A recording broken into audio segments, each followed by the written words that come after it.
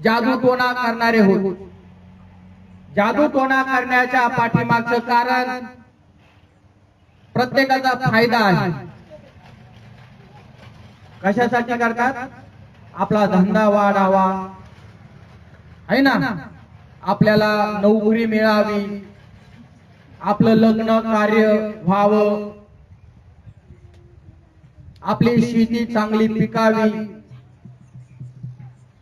आपल्या जनावरा ढोरांना चांगलं दूध मिळावं, चांगल्या कालवडी त्यांच्या खाली वाढत वाढत जावे आणि आमच्या घरामध्ये गाईचे गोठे वाढत वाढत जावे। पैसा कमावण्यासाठी त्याच्या घरातला पैसा उडून जाऊ नये, लवकर समाप्त होऊ नये, त्याच्यासाठी देखील उपयोग केला जातो। काही लोक धन काढण्यासाठी, गुपित जे धन असतं ते धन काढण्यासाठी देखील या मंत्राचा उपयोग करतात। काही लोक दुसऱ्यांचं वाटोळ करण्यासाठी मंत्राचा उपयोग करतात, त्यांचे जनावर ढोर मारण्यासाठी मंत्राचा उपयोग करतात।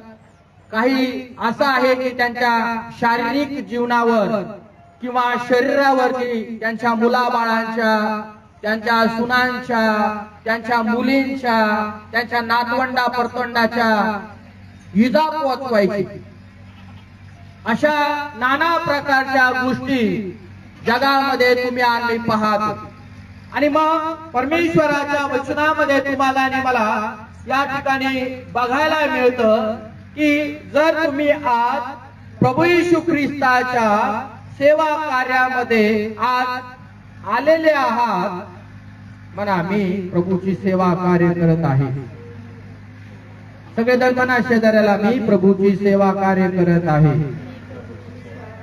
हा, आणि देवाच्या वचनामध्ये तुम्ही आम्ही सेवा कार्य करणारे लोक आहोत, तर आज आम्हाला हे लक्षात ठेवणं फार महत्वाचं आणि फार गरजेचं आहे।